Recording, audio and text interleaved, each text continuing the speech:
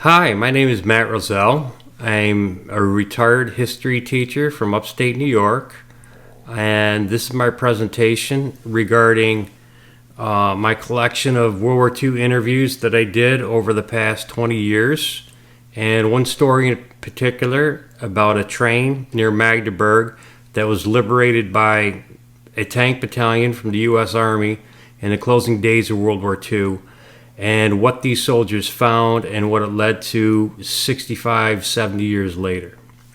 It's called The Train Near Magdeburg, and it's about the eyewitness accounts of the Holocaust and our World War II generation. A little about me. I am a retired history teacher, as I said. Graduated from the same high school I wound up teaching at. I'm currently writing my 9th book. I write World War II oral history. I'm also a United States Memorial Museum Teacher Fellow from 2008-2009. I've won a few awards. The Organization of American Historians in 2010 gave me their national award. I did a lot of extensive travel, awarded scholarships to study at the authentic sites of the Holocaust. My own state, New York, awarded me their highest award for the teaching of the Holocaust. And I studied in Jerusalem for 3 weeks, again, delving the deep dive into the Holocaust. So this is a story, bringing together the things that I learned. I did write a book about it. I was also named a righteous human being by the Greater Glens Falls community, Jewish community. In 2018, they gave me this nice granite stone to commemorate my achievements in bringing together survivors of the Holocaust with their American liberators. And it's in our village park. It's really nice with a tree. And no, I'm not buried under it yet. Okay, so this is me. Again, I started teaching in the late 80s, and this is some of my World War II cohort. I thought it was really important to spend more than the required 1 or 2 days in the history teaching of World War II. So in the late 80s, I would invite these veterans to come into the classroom. And one thing I found out was these veterans, they were ready to tell their stories. And I encouraged my students to take home these simple surveys that I made up. In fact, I bribed them with extra credit and said, have your grandfather or your grandmother, your parents even in some cases, fill in these sheets and get them back to me, and maybe we'll start to invite them in. And that's exactly what we did. So I'm going to flip through a couple of these sheets. I found them last night. I did a deep dive into my archives, and this is from probably late 1980s. This gentleman was 66 years old at the time. And as you know, our World War II generation is leaving us in droves. So this is at least 30 years ago. He was a machine gunner on Iwo Jima. Was combat scene, were you wounded? Yes, shot by a machine gun. Okay. Some more kept coming in. This gentleman was from the European Theater of Operations, and he was a medic, a surgical technician. And, he was 75 at the time. Was combat seen, were you wounded? Combat was seen. Our hospital was hit by German fighters, Me-109s, from Christmas Eve through the month of January 1945. So he's definitely talking about the Battle of the Bulge here. I had a question at the bottom. What does it feel like to know that you were part of a great historical epic, the defining event of our century? And he wrote, I'm glad that I was part of World War II. When the Japs bombed Pearl Harbor, everybody wanted to go. There weren't too many left in Hudson Falls, our town. We felt that it was our duty to fight for our country. So I got a few of these back. This gentleman was a machine gunner. Campaigns, North Africa, Normandy, Northern France, Rhineland, Ardennes, the Bulge, Central Europe. Was combat seen? Yes, he was wounded twice.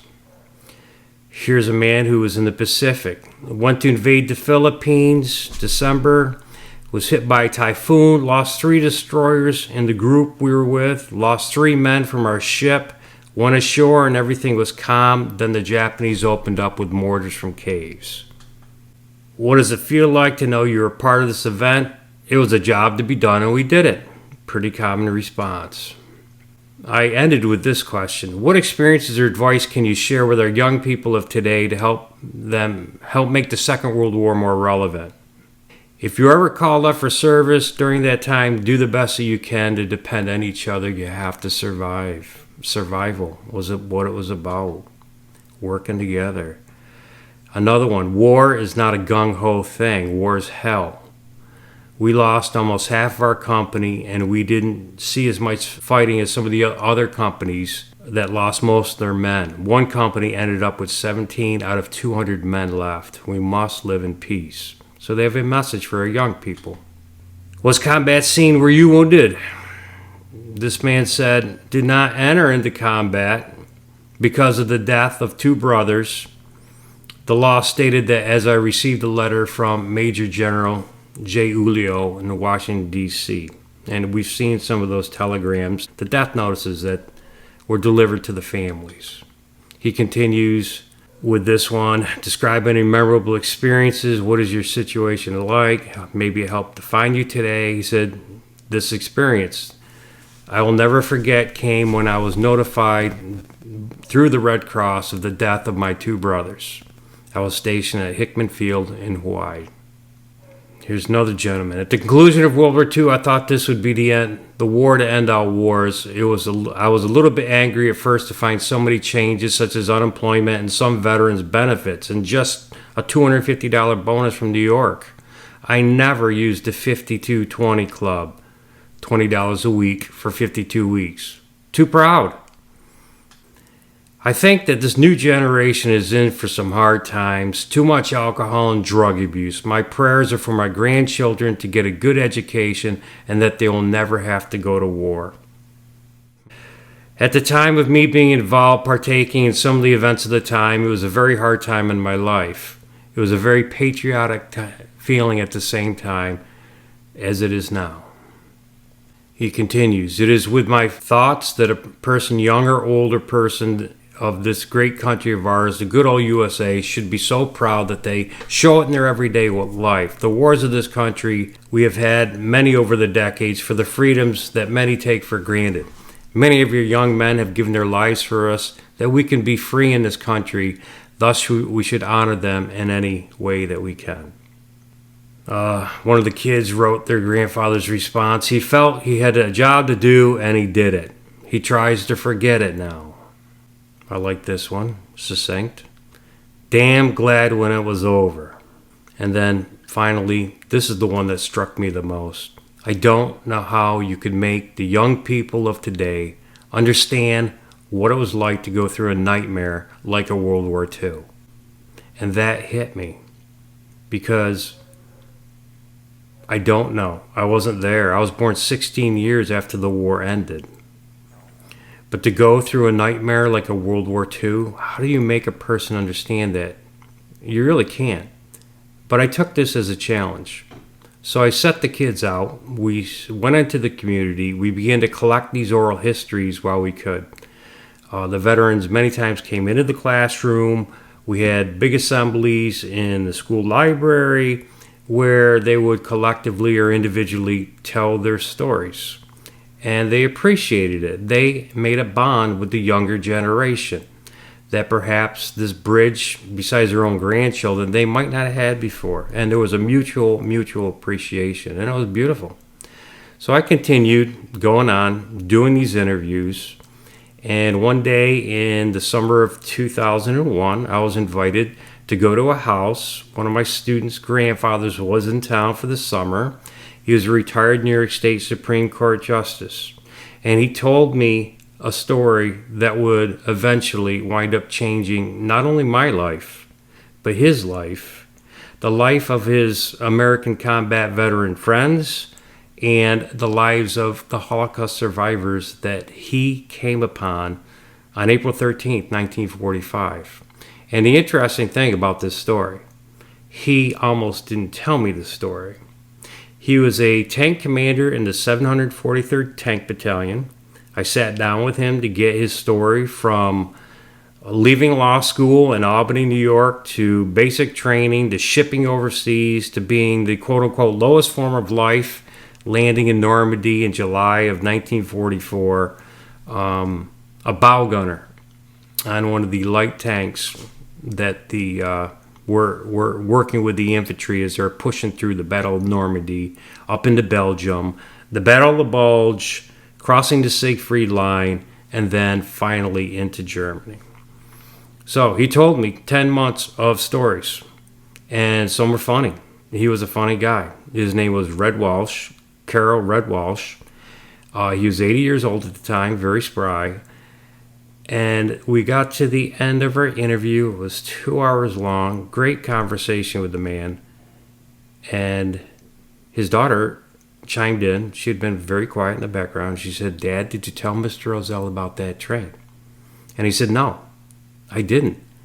So he started to tell me this story that would wind up changing probably thousands of lives at this point.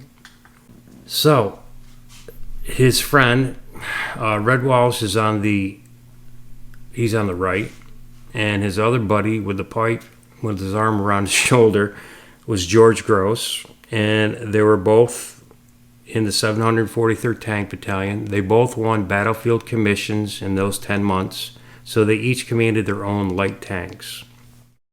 And in April 13th, 1945, the 743rd Tank Battalion, which was attached to the 30th Infantry, was pushing towards the Elbe River.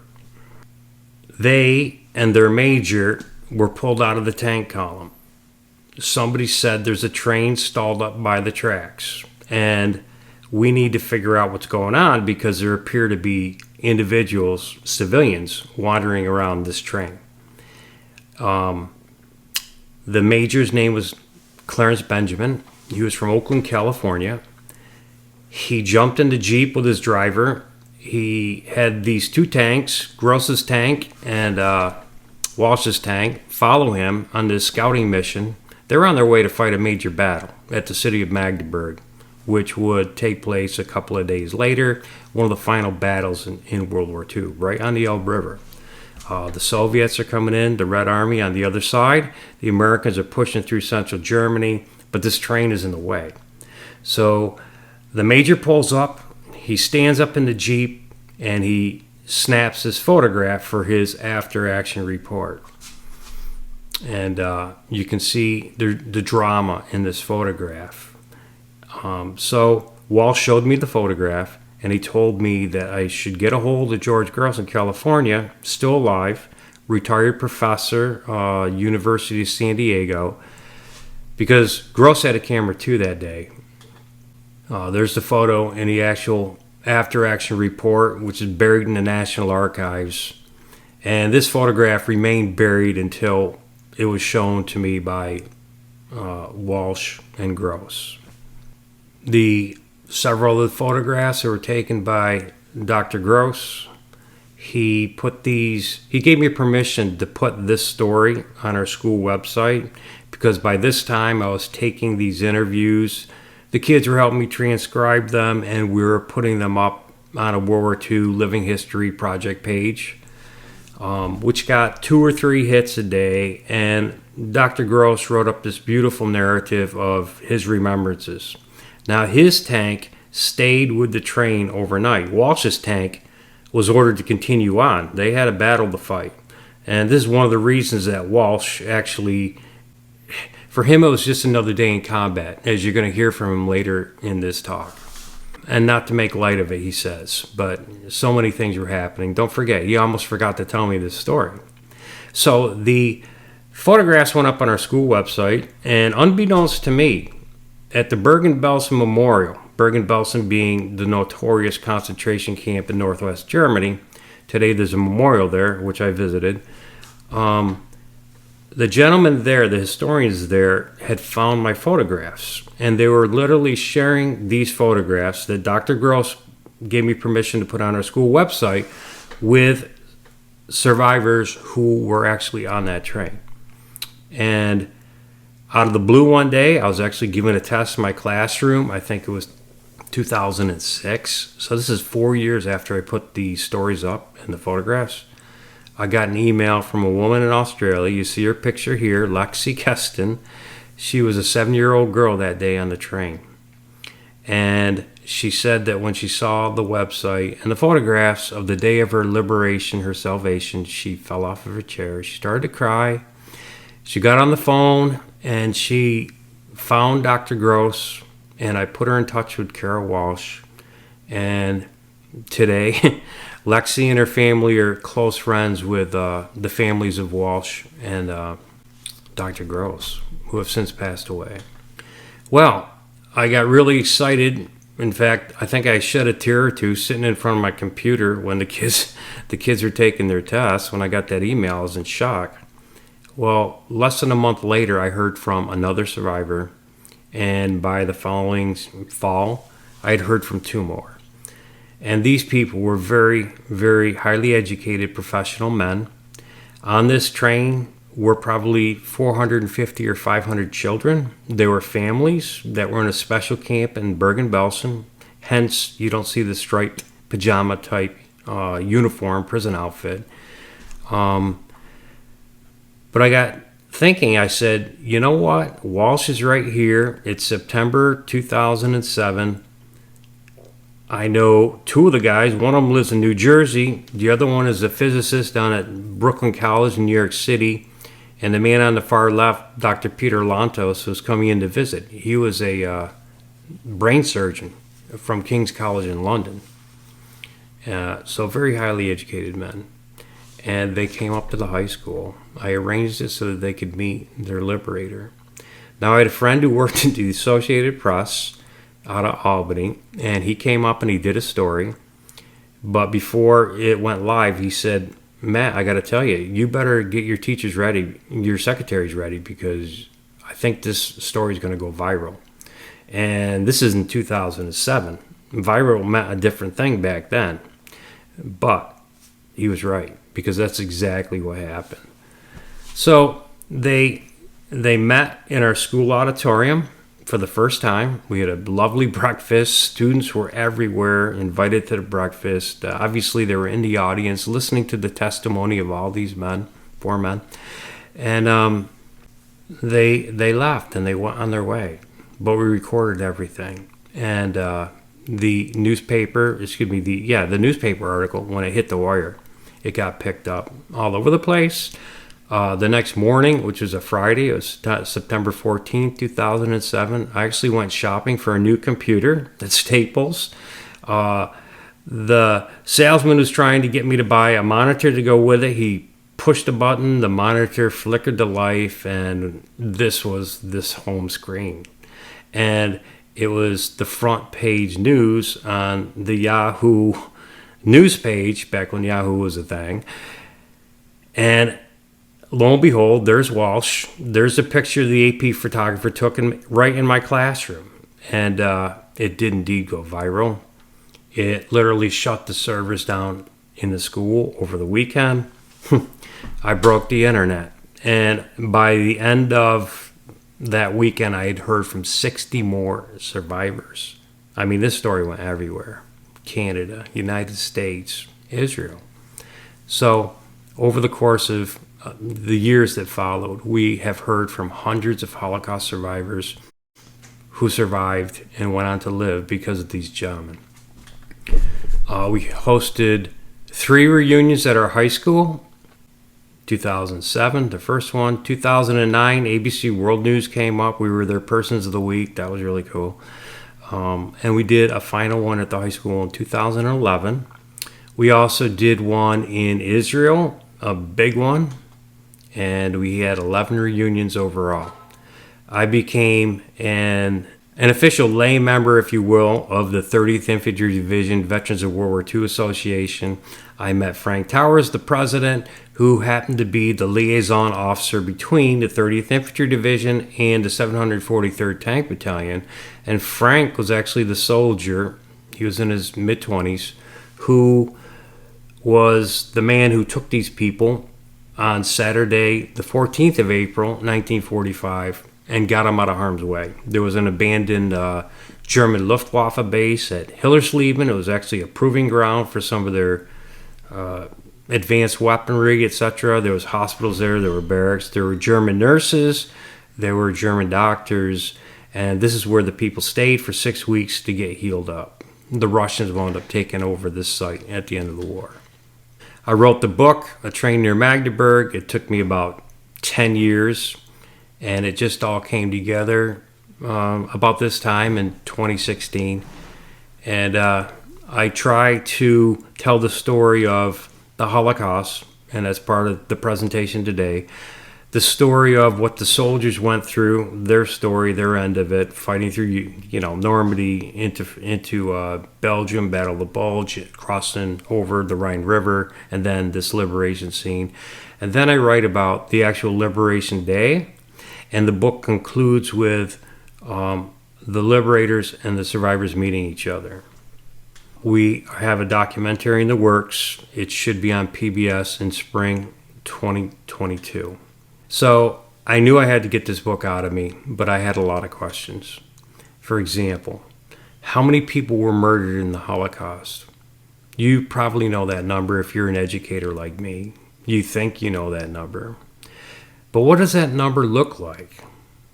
Can you picture 6 million dead Jewish people? How many camps were there? That's a really good question, and it's an ongoing one, as you'll see in the next slide. Put it together now. Who's responsible for the biggest crime in the history of the world? How do you make 6 million people disappear in the course of 4.5 years? Was it Hitler alone? I think we know the answer to that, which raises more questions. How are the people on this train a snapshot of European Jewry persecuted by the Nazis and others? In other words, in researching this story, I found that most of the occupants of this train were from a particular exchange camp in Bergen-Belsen, and this camp was set up so that these Jews could be used as bargaining chips when the times got tough, and they were getting really tough in April 1945. They had certificates that indicated that foreign governments were interested in their well-being. So they were going to be used as bargaining chips.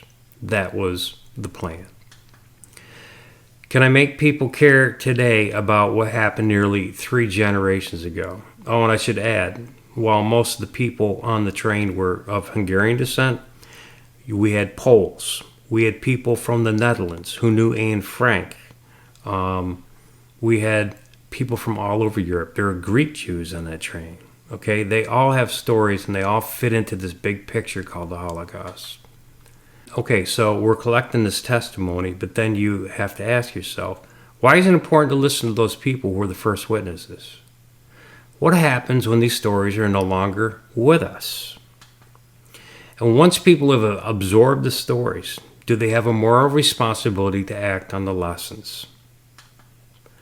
Is there such a thing as being a witness when you yourself were not there? If you listen to this testimony, Elie Wiesel says yes. About 3 years before I finished the book, and 12 years after I met Judge Walsh, he's a retired New York State Supreme Court Justice, by the way, this article came out in the New York Times. The Holocaust just got more shocking. 42,500. Did you know that number? This is from an article that's 8.5 years old. The scholarship began right around the time that I interviewed Judge Walsh, and it's continuing to this day. The researchers cataloged some 42,500 Nazi ghettos and camps throughout Europe. The figure is so staggering that even fellow Holocaust survivors had to make sure they had heard it correctly. The new numbers are unbelievable. Now, that's a hard word, unbelievable, because some people say it never happened. This is not believable because it can't be true. It's so fantastic. Well, when you study the Holocaust, you realize how much you don't know. You might think you're an expert, but believe me, that changes. Bergen-Belsen was what one historian called the final stop, the terminus of the Holocaust. because by the time of 1945, the springtime, you have to remember the Americans are closing in on one side, the British and the Americans and the French, and the Soviets are closing in on the other. This map's from April 18th. So this map right here shows you some red dots, and the red dots are actually concentration camps. This is from a book from the late 1980s. There's probably 300 dots here. The bigger red are the bigger camps. Over in Poland in the east, you had the major killing centers.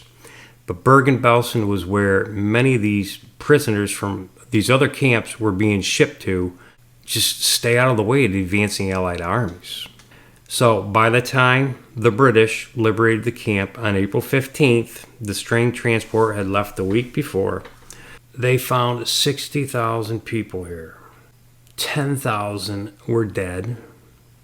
800 died the day the British 11th Armored Division entered Bergen-Belsen camp. 800 people who got to see their liberators and died. Another 13,000 have since died. This billboard type thing was put up in the camp in probably about 2 or 3 weeks after the British came in. So it's quite an experience to visit there. This is the first monument that was put up by the Jewish community. I went there with a bunch of teachers in 2013. We were studying the Holocaust, and this particular trip was set up originally by survivors of the Warsaw Ghetto, and they actually took us to Bergen-Belsen first. So I got to see all this. Here's a photograph, because you have to remember when the camp was liberated, these people had nowhere to go, number one. Number two, no country wanted them. So many of them stayed in Bergen-Belsen as a displaced person. It became a whole different thing after that. For 5 years, some of my friends were here. Children who spent their teenage years in Bergen-Belsen waiting to come to Canada, the United States, or Australia. So here are some of the people who died then. It's a very peaceful place today. It's very beautiful. Here's our class. We're out walking in nature, it would seem, like it's a park stroll. But this is the scene in the woods in April 1945, taken by the British. This is what the British soldiers walked into. And this is what the survivors of the train near Magdeburg were leaving. Another shot. This is a compound near what was called the Women's Barracks. Here's a shot from probably a week after liberation, 1945. These pictures were taken by the British Army. Another photograph, probably about the same place that this was photographed back in 1945. Pretty graphic. And I don't show these slides lightly. With students, you have to be judicious, even the older ones. So they get a quick scroll sometimes. This is me walking through the woods. You see a gutter channel running towards the latrine. Same photograph in 1945. This guy expired shortly after the photograph was taken. You may know her. You definitely know her sister. Okay, it's Margot and Anne Frank. Did you know that they died in Bergen-Belsen? Yes, they were shipped to Auschwitz after the discovery from the Netherlands to a camp in the Netherlands and then to Auschwitz in the fall of 1944. But then they wound up in Bergen-Belsen, where they probably died. Well, we know they died, but we don't know exactly when. They were sick. March, February 1945, only a few weeks before the camp was liberated. This particular monument says, "Here lies 800 dead." This may be where those two beautiful girls wound up. It's a cemetery. And these are mass graves. Here lies 1,000 dead, April 1945, all over the grounds of the Bergen-Belsen Memorial today. So pretty graphic. And a lot of the people obviously died from starvation and disease. Typhus was raging through the camp. It probably killed the Frank girls. Some of the train occupants were typhus victims themselves. Not a pleasant way to go. The British burnt the camp to the ground in the middle of May, about a month after liberation, mainly to combat the spread of this typhus disease. So today it's not there. You have to use your imagination, but the photographs help. This man is the keeper of the Book of Names, Burned Horseman, at the Bergen-Belsen Memorial. He contacted me, and you can see the photographs in the lower corner that they found on our school website. And then they talk about the train transports, okay? So the trains, these 3 transports with the people who had exchanged papers left the camp in April 6th, I believe the first train left, followed by another 2 in the next couple of days. They were headed to the camp that's circled in the blue at the bottom of this map called Theresienstadt, which is actually the last concentration camp that was liberated. It was liberated by the Russians on the last day of World War II, May 8th. So they were trying to get these people out so that they could do something with them. And they wound up deciding to execute them in the end. So here's the route of the 3 trains. The train that was liberated by the Americans on April 13th that Walsh and Gross were a part of was liberated at a place called Farsleben. The blue line is the Elbe River. The yellow line is the route of that train, but there were 2 others that were liberated as well. So the first one was liberated by the Americans. The second one actually made it to Theresienstadt. We're not sure exactly what happened to the people. The third one was liberated by the Russians across the river on the 23rd. Here's my friend Steve Barry and his liberator, Judge Walsh, Carol Walsh. And this is when they met for the first time in Florida. I heard from Steve in that weekend after we did our very first reunion. He said he was eating a bagel, drinking a cup of coffee. He opened up the newspaper and he spit his food out. And he said, "This is the train I've been looking for the last 60 years." They found out that they lived about an hour away from each other in Florida. So there was a reunion that was arranged. I'm going to give you a link. You can watch the video of their reunion. They describe the scene of liberation from their own perspectives. The letter that you hear at the end that Judge Walsh wrote to Steve Barry is in the archives of the United States Holocaust Memorial Museum. I did a presentation there. The director herself, Sarah Bloomfield, stood up and asked if they could get that letter, and the 2 gentlemen agreed to it. So it's very significant for them, where he says, "You don't owe us anything. We owe you everything for everything that was done to you when the world did nothing about it." Frank Towers, the man on the left, sitting next to Frank Jr., his son, a Vietnam veteran, is greeting Ariela Rojic, the little Polish girl who was 11 years old, she's like my mom. She lives in Toronto, Canada, and boy, they hit it off. Frank hit it off with everybody. This is Frank in Jerusalem. Actually, it's in Rehovot, between Tel Aviv and Jerusalem, where he got to meet, you look at the expression on these 2 girls' faces. They were on the train. He got to meet 55 survivors and about 500 descendants who probably wouldn't have been alive if it hadn't been for Frank, the 30th Infantry Division, and the 743rd Tank Battalion. That was a great, great time. Leslie Meisels from Toronto, 17-year-old Hungarian boy. This is with his precocious granddaughter, who he called his revenge. Just loved to meet his liberators. My beauty, she was 4. She was an orphan. She was raised by other women. And she had a great story. And I visited her in Israel a few times. And she just recently passed away. Leslie's gone. Steve's gone. Ariela's still alive, though. There's a cute little girl. When 2011 came around and we did our last reunion, it was kind of hard to get people to come because they're not really young people anymore. And the phone rang in my classroom. I mean, my school put a phone in the classroom that had an outside line, which is kind of unusual at the time, because the secretaries are fielding calls from all over the world for a while, from survivors and soldiers who are looking for me. I hadn't heard from anybody in 4 years, though. The phone rang in the middle of the lesson. I picked it up, during my break time.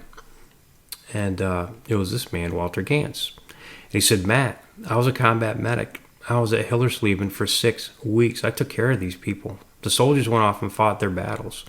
I stayed. And he had a pretty dramatic story.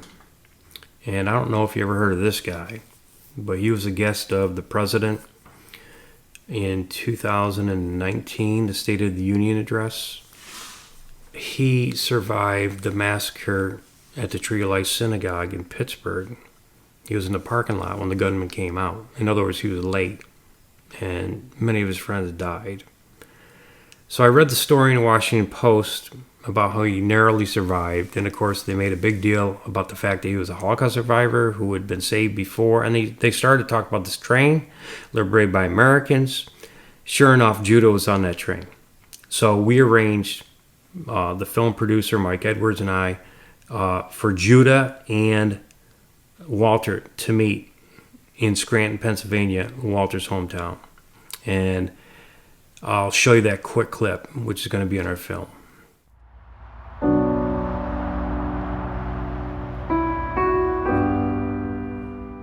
It's a long time ago, over 70 years. It's a lifetime.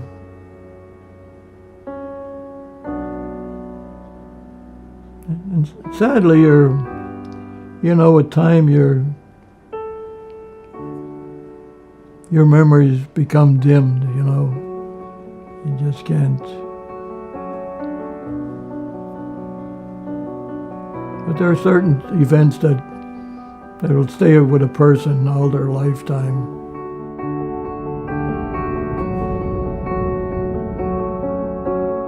I remember that the train stopped in the middle of a forest,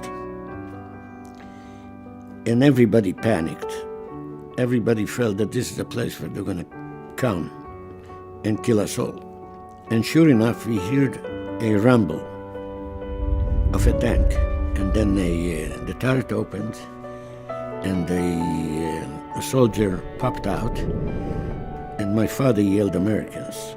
The response to seeing that star on the green-painted tank and Jeep is one of unbridled joy for those survivors who were not too young to understand what it meant. It meant liberation. It meant that they were now saved.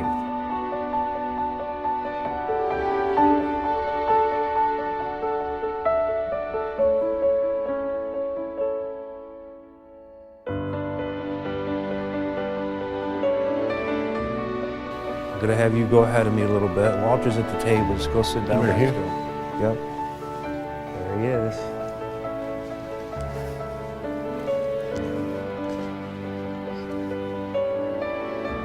There is my friend, maybe my savior. So good to see you. I never dreamt that this would happen someday. Well, it happened thanks to... Yeah, but life is... Thanks to a couple great gentlemen. Yeah.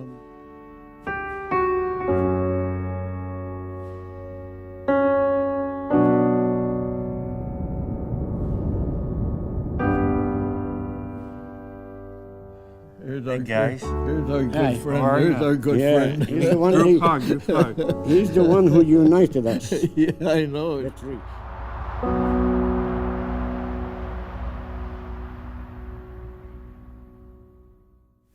So that was a pretty great moment. And a week later, Walter came to one of my talks in Pennsylvania, and he met another survivor from Brooklyn. It was beautiful. He died the following November, and he was 95. He said he read my book 4 or 5 times. There's a chapter about him in it. And he said, I'm not reading it because I'm in it. I'm reading it because I want to learn more about the Holocaust.